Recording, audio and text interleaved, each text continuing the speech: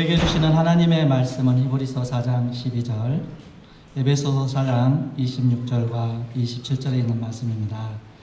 우리 합독하시겠습니다. 시작. 하나님의 말씀은 살아있고 활력이 좌우의 날선 어떤 검보다도 예리하여 혼과 영과 및 관절과 골수를 쫄러 쪼개까지 하며 또 마음의 생각과 들을 판단하시니 그런즉 거짓을 버리고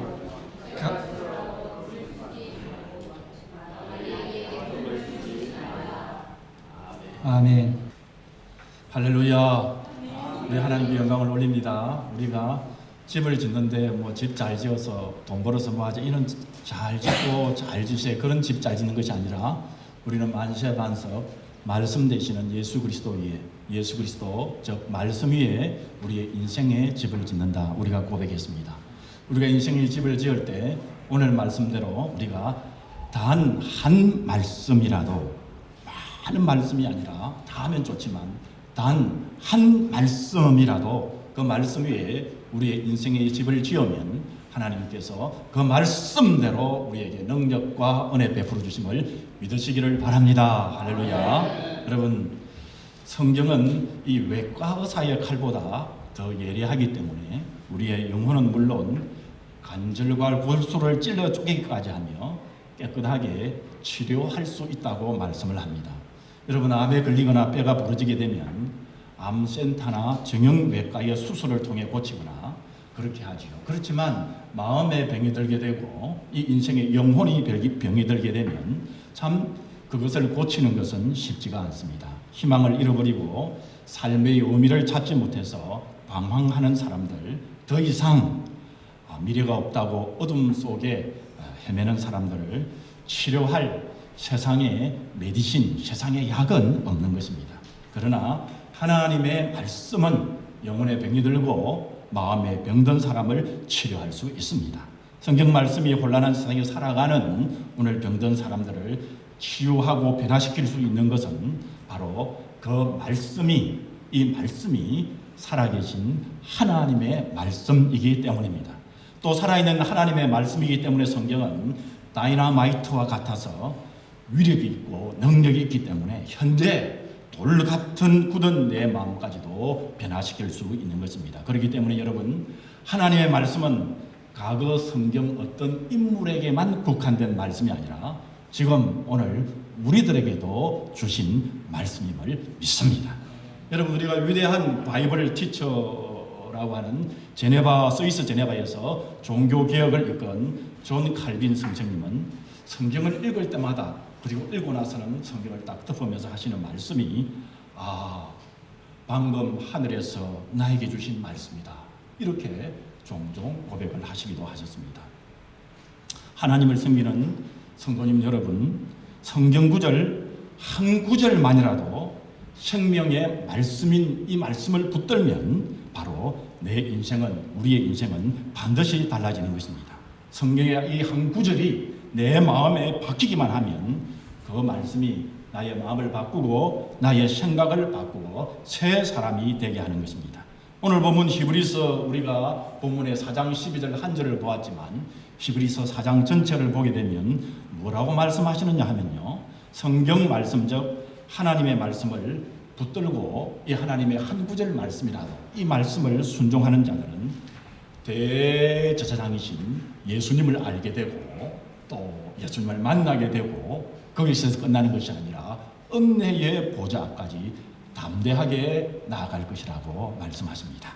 이 은혜의 보좌 앞에까지 담대하게 나간다는 말씀은 여러분, 우리가 생각하기에 장차 죽어서 천국에 이르게 되고 예수님께 가까이 나가는 것, 그것만 말씀하는 것이 아니라 여러분, 우리가 엑소더스 출애굽기서를 보면 시내산에서 하나님을 배운 모세처럼, 그리고 고린도서 12장에 보면 천국에 이르러 놀라운 은혜의 보좌까지 나아가 은혜를 받았던 바울 사도처럼, 요한계시록에 보면 그 보좌에서 그 음성을 듣는 사도 요한처럼 우리도 이미 주신 우리에게 신구약 성경 66권의 하나님의 말씀인 성경 말씀으로 우리가 어찌 보면 66권의 성경 말씀을 다 가지고 있고에 어찌 보면 모세보다, 바울 성경보다, 사도 요한보다 더 쉽게, 아니 성경에 나오는 그 어떤 인물보다도 더 쉽게 우리는 하나님을 만날 수 있습니다. 하나님의 말씀이 있기에 하나님의 음성을 들을 수 있고 은혜의 보좌까지 우리가 오직 말씀으로 나아갈 수가 있는 것입니다. 그러면 도대체 하나님의 말씀은 어떤 역할을 하기에 대제사장이신 예수님을 알게 되고 만나게 되고 그리고 대제사장이신 그 보좌에까지 가까이까지 담대하게 나아갈 수 있다는 말씀입니까? 오늘 본문 12절 초반절에 보면 하나님의 말씀은 살았고 운동력이 있어 라고 말씀하는데요, 여러분, 하나님의 말씀은 이라는 말씀은 일반적으로 예수님을 통해서 전해지는 하나님의 말씀 전체를, 우리가 가지고 있는 하나님께 주신 이 성경 말씀 전체를 우리에게 가리킵니다. 살았고 운동력이 있어라는 표현은 이 말씀이 역동성을 가지고 있고 힘이 있고, 그리고 하나님에게 불순종하는 이들에게는 경고와 심판을 받게 되는 반면에 하나님 앞에 순종하는 하나님의 사람들에게는 하나님께서 약속한 말씀이 성취된다라는 말씀입니다. 말씀이 우리의 인격 속에 들어오면 하나님의 말씀이 우리를 이룬다고 말씀하는 것입니다. 그리고 오늘 우리가 보았던 히브리서 4장 12절에 보면 좌우의 날선 어떤 것보다 예리하여라는 말씀은 하나님의 말씀이 전해졌던 바로 그 시대뿐만 아니라 오늘 우리 시대에도 동일한 능력의 활약을 지니는 말씀인 것입니다. 바로 그 말씀은 검으로서, 칼로서 하나님의 음성을 계속 궁전할 때 하나님으로의 능력으로 우리에게 나타나는 반면에 하나님의 이 말씀은 인간 심성에 내재하는 불의와 추악과 탐욕과 악의식이, 악독, 이런 온갖 죄악을 예리하게 심판하신다는 말씀이기도 합니다. 이 혼과 영과 및 간줄과 골수를 찔러 쪼개기까지 하며 또 마음의 생각과 뜻을 감찰하나니라는 말씀에서 이 혼과 영, 간절과 골수의 이 헬라어를 보게 되면요, 이 말씀은 사람의 신체적인 구조를 설명하는 의학적인 용어라기보다는 사람의 전체인 본성을 말하는 표현으로 헬라어로 표현을 하고 있습니다.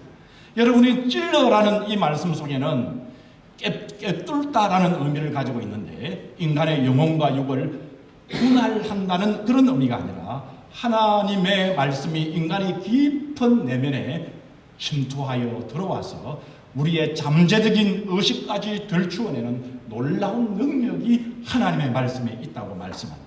이 감찰하나니라는 이 말씀은 헬라어로 크리티코스인데요. 이 말씀은 법정 용어로서 판단하다라는 뜻입니다. 이 말씀은 우리 사람들이 하나님의 말씀을 묵상하고 그리고 하나님의 말씀에 순종하기만 하면 말씀이 우리 사람들의 가장 깊은 곳까지 판단하게 해주셔서 말씀대로 되게 해주시고 말씀대로 인도하여 주신다는 말씀이 크리티코스라는 말씀입니다. 여러분, 오늘 이 말씀에서 계속 강조하는 것이 무엇입니까? 여러분이 들으면서 여러분 계속 강조하는 것이 무엇이라고 생각합니까? 우리 성도들이 말이죠, 하나님의 성경 말씀에 단 한 구절이라도 그냥 듣고 스쳐 지나가는 것이 아니라 진짜로 정말로 붙들리게 된다면 하나님의 은혜의 보좌까지 하면서 나아가게 된다는 말씀인 것입니다. 여러분이 잘 아는 이 어거스틴이라는 분은 젊었을 때 방황하지 않았습니까?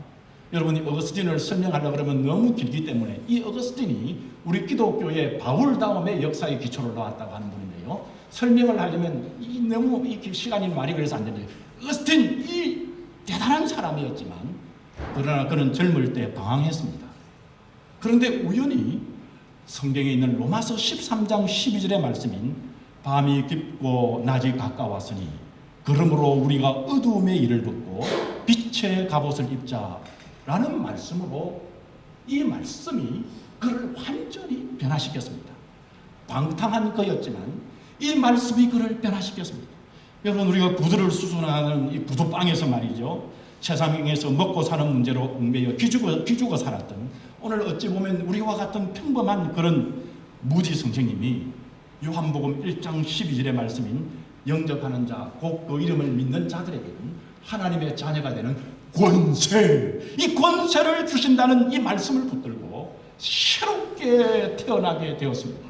이 무디를 설명하려면 시간이 너무 많이 가서 안 되는데요, 우리 기독교 역사에 대단한 주님의 복음을 일으킨 말씀대로 살았던 그 인물입니다.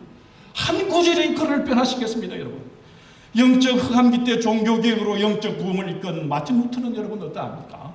로마서 1장 17절에 오직 의인은 믿음으로 말미암아 살리라, 이 믿음을 붙들게 되어서 그는, 여러분, 우리가 종교개혁을 일으키니까 뭐 좀 착하게 살았구나, 참 교인들을 잘 이끌었구나, 이 정도가 아닙니다. 여러분, 역사를 보게 되면 세계 역사를 바꾸어 놓아버린 인물이 되는 것이 이 로마서 1장 17절의 말씀을 여러분 믿음으로 붙들었습니다. 여러분, 우리가 기도의 응답 많이 하는데요, 이 고아의 아버지였고 기도 응답을 5만 분이나 받았던 조지 물러는 여러분 그가 방탕한 아이였습니다.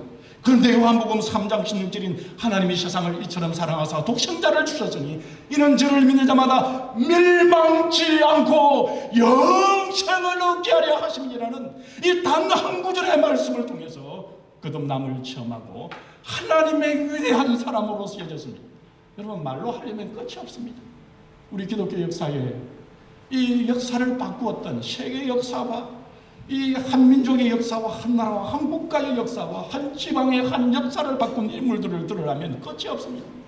그들은 한결같이 한 말씀에 붙들린 자였습니다.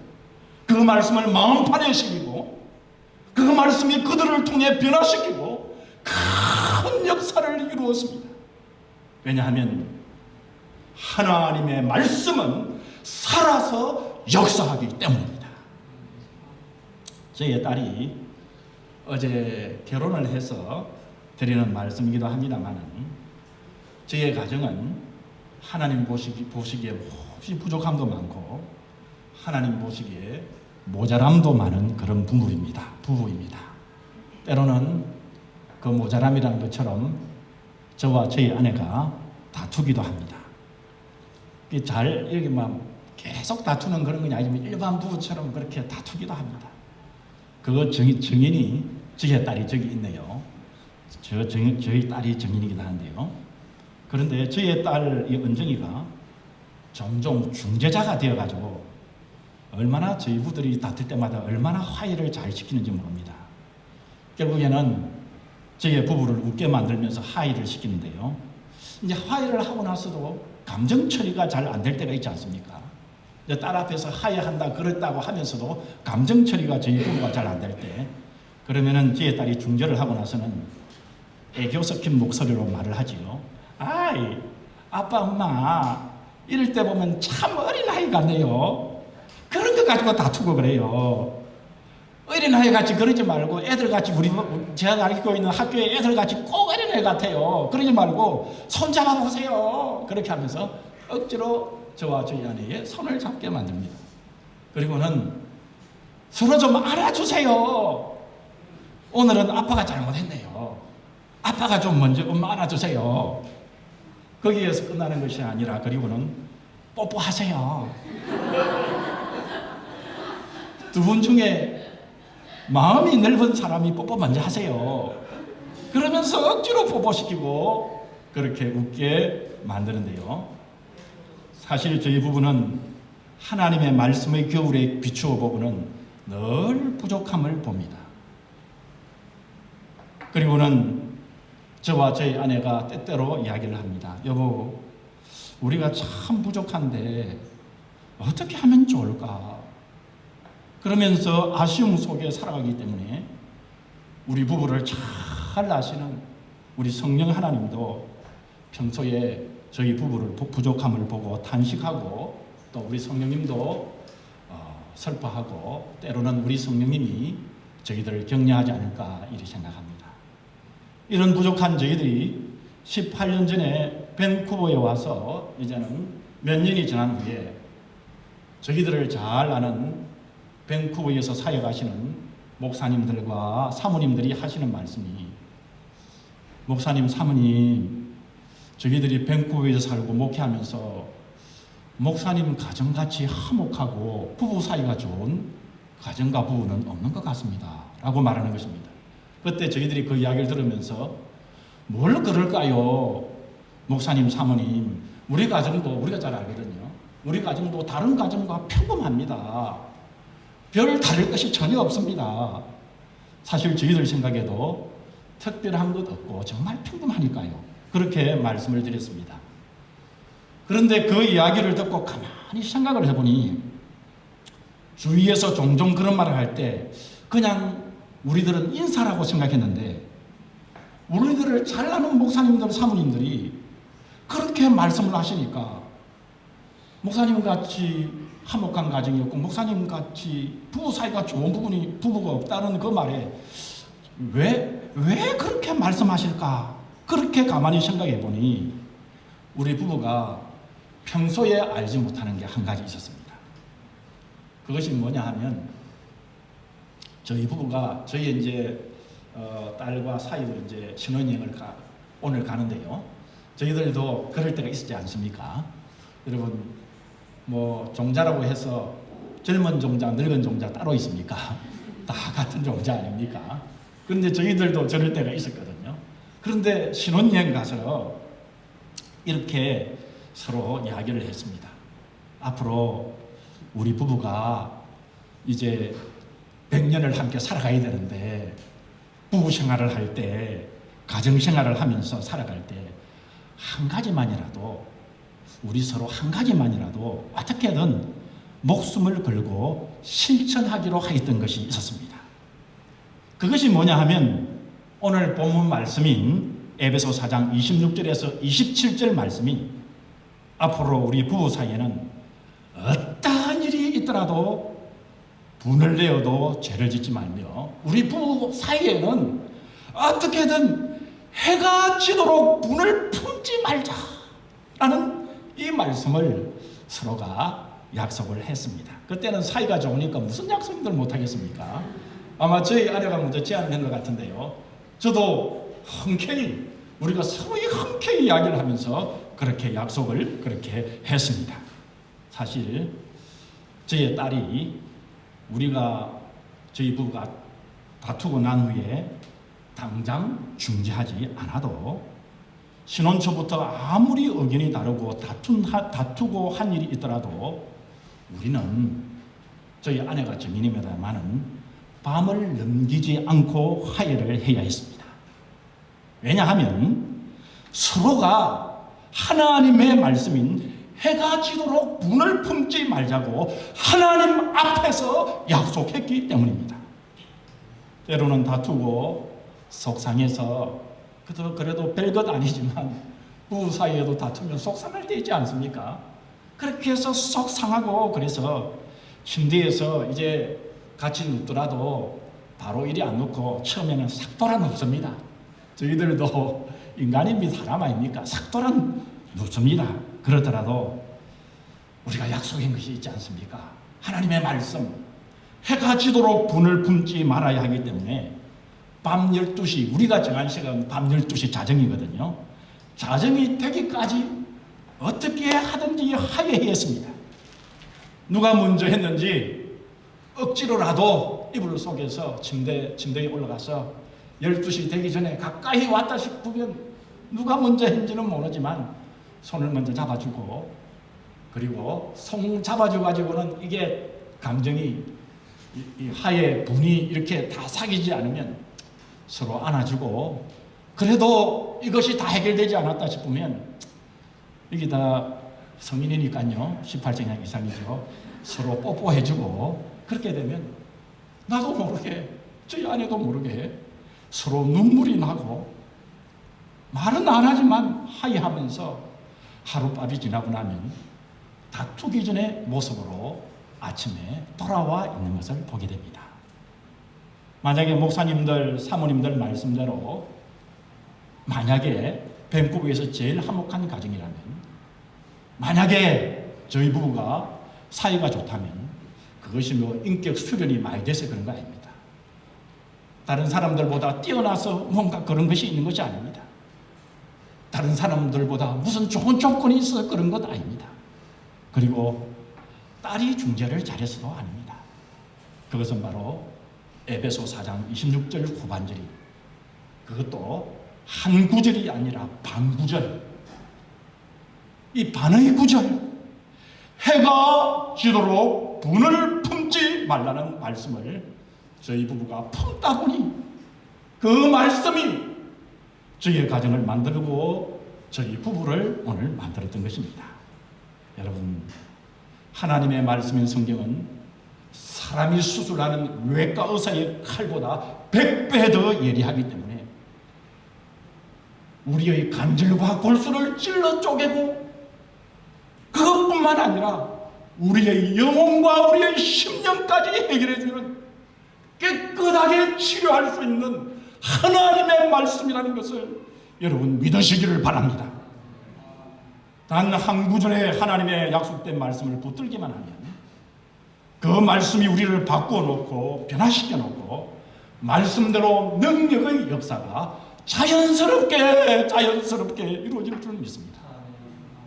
단 한 구절의 말씀에라도 붙들려서 하나님의 약속된 이 하나님의 은혜를 만나고 누리고 거기에서 끝나는 것이 아니라 은혜의 보좌까지 나아가 이 은혜를 증거하는 복된 우리 성도님들이, 또 가정들이, 부부들이, 우리 자녀들이, 우리 부모님들이 다 되시기를 주님의 이름으로 축복합니다.